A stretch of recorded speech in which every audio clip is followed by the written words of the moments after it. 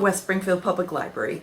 Today in Science Rocks, we are going to make this cool whirligig, and we're going to talk about force. Specifically, two terms that sound very similar.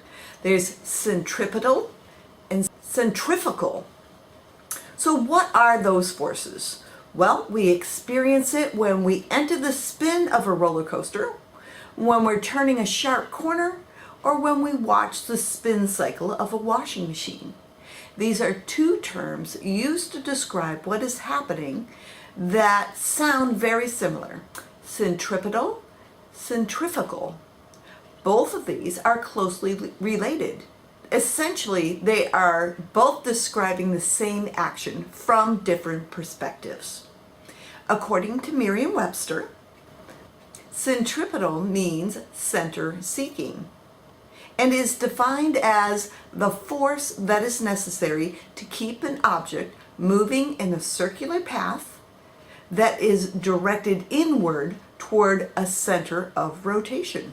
For example, if I spin this ball on a rope pet toy that I bought for my dog, the rope moves in a curved path. The centripetal force moves the ball toward the center of rotation. And the center of rotation in this example is me. So now on to centripetal forces. That is defined as the apparent force that is felt by the object moving along that curved path and acting outwardly toward the center of rotation. So centrifugal force describes what's happening from the ball's perspective. Or the amusement park ride. It's being pushed as far away from the center as possible, which is why we try to lean into that curve. But the only force that's actually being exerted is pulling it toward the center by centripetal force. But you say, hey, there has to be a force, because if you cut that string to the dog toy, which I'm not going to do because my dog would not be happy with me, the ball is going to fly straight away from the pole, right? Nope. Centrifugal force is called a fake force. The only reason the ball moves away from the center and rises upward is because it is forced to by the string and the pole. All it really wants to do is move in a straight line. That's centrifugal force caused by inertia. This idea was explained by Sir Isaac Newton's first law of motion, which says that a moving body will continue to move at the same speed in a straight line unless a force acts upon it. With the ball and the string, the real force that's acting upon the ball is centripetal force. So you notice I said real force, which involves physical interaction between objects. That's Newton's first law of motion. So our Make It project is actually showing us another concept. You will see when we spin our little whirligig here, the paper strips move up the stick. A much larger version of this is occurring right here on our Earth. We say that the Earth is round, or a sphere, like this globe, but actually it's not quite a perfect one. It's called an oblate spheroid that bulges at the equator and is somewhat squashed at the poles. We all know that the Earth is spinning. So the Earth is spinning around at the equator at a speed of about 460 meters per second. So that's roughly 1,000 miles an hour. And just like our ball pulling away from the center as we spin it, the Earth also bulges more at the equator. In fact, it bulges out about 14 miles more at the equator compared to the pole. So let's move on to our project this week. In your packet, you're going to find 8 strips of colored paper, 4 round pieces of card paper, and a wooden skewer. You will need to provide your own glue and glue stick. Okay, so we're going to start with these 4 discs. If you notice, there's going to be a dot in the middle of one side, but not the other. We're going to take our stick and we're going to use the pointy end and stick it right through the middle.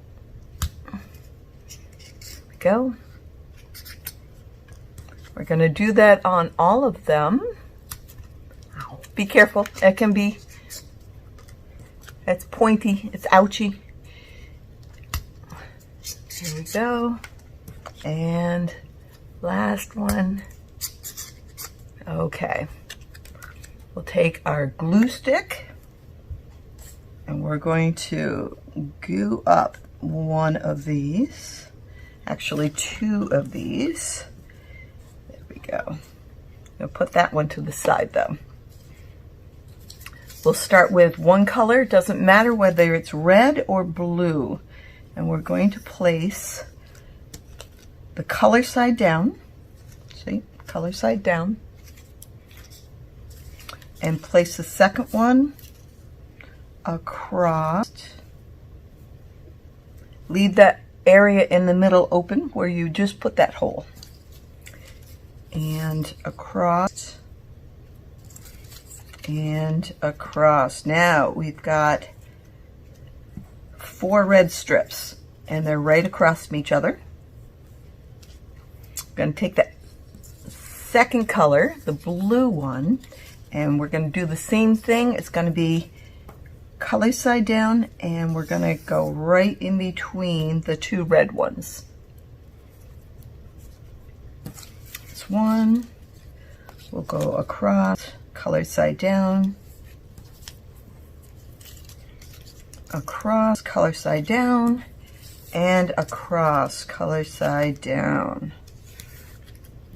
We're going to take that one, the disc that we did, that we put the glue stick on, the glue on, we're going to place it over the top. We've kind of made a sandwich out of this. See, so we've got our colors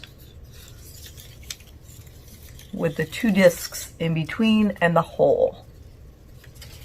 Okay, now we get to the other side and we're going to do basically the same thing. We're going to take our glue stick, we're going to glue up one side of each of these. So we have glue on one side of each of these. Now here is where it gets interesting. So now you are going to put it glue side up. You're going to take, because we don't want to twist this, we're going to put it color side down, but make sure this doesn't twist. We don't want that. We want it just straight, coming from the outside in. So I'm going to do the blue ones first in this particular case. Doesn't really matter whether you start with blue or start with red.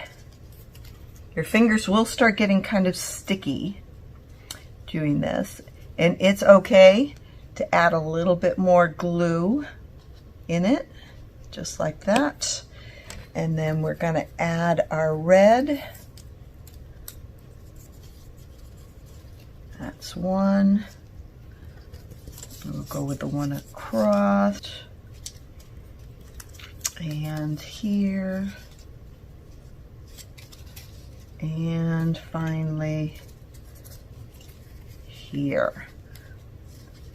There we go. See, there's our basic design, and we're going to take that other disc, glue side down, and again make a little sandwich out of this. Now, patience is a virtue. It would be, put a glue stick back up so it doesn't get dry.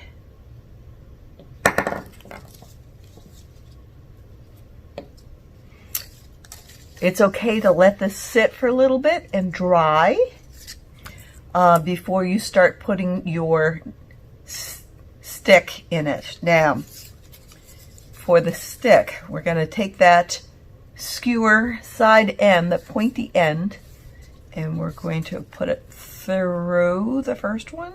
Actually, there we go. I want to go back and forth a bit so it becomes used to sliding up and down, because that's our bottom part. And wiggle it around if you need to, just to kind of make it smooth. And then we're going to put it through the top one. However, we don't want that one to go very far. You can use a piece of tape. So we're just going to put it right next to the stick. We want to make sure that the stick and the disc are stuck together so they don't move. We don't want the top part to move. We only want the bottom part to move. So that might mean kind of twisting it around. Might not look pretty, but as long as it's effective, right? As long as we got it effective. So now, that's still not quite. I might add another piece of tape here. We don't want the top part to move very much. Because that stick, as we're talking about, is our center of balance. All right, let's see. How did we do here? You ready? See, it's still moving up the top. And we don't want that.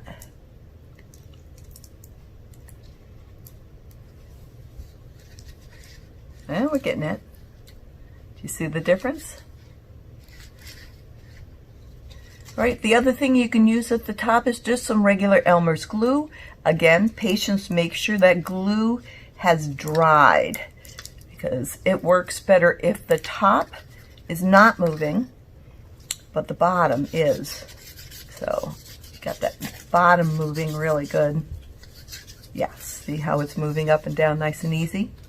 All right, let's try it one more time. There we go. Do you see it? It's working its way up the stick when you twist it.